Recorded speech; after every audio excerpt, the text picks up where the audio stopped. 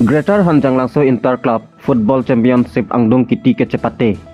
Lasol se patumi ni phai cricket thomar ni vosik achiklo Hanjanglangso pathua klamalong Greater Hanjanglangso Inter Club Football Championship angdung kiti kachipate pon.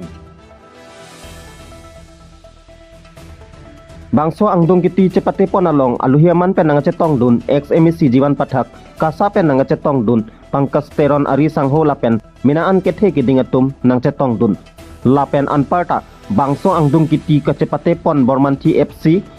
Kathalguri Prince FC atum angbong si cepate pon lo lapen bangso kachipate along pupu angbong kepathu kethek pik ajok Kathalguri Prince FC atum gol kethompen cepahai pon lo lapen bangso long raju tiso national referee ke cepamandun thek apot alang li phan setame karbi apoho lapen certificate setame pipajir ponlo borjan pen biren teron report time news difu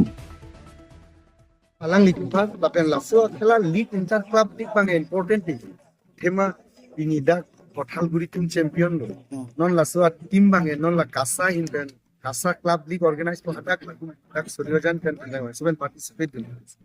masih labang important ulah kasa league judelo hala kasa long mama champion labang pola club league long patu dun masih laswa labang important ulah si redaction ni anting bang la pula champion pun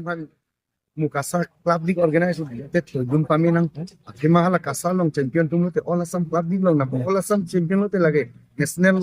live division ro tamil atum participate dun masih important bang la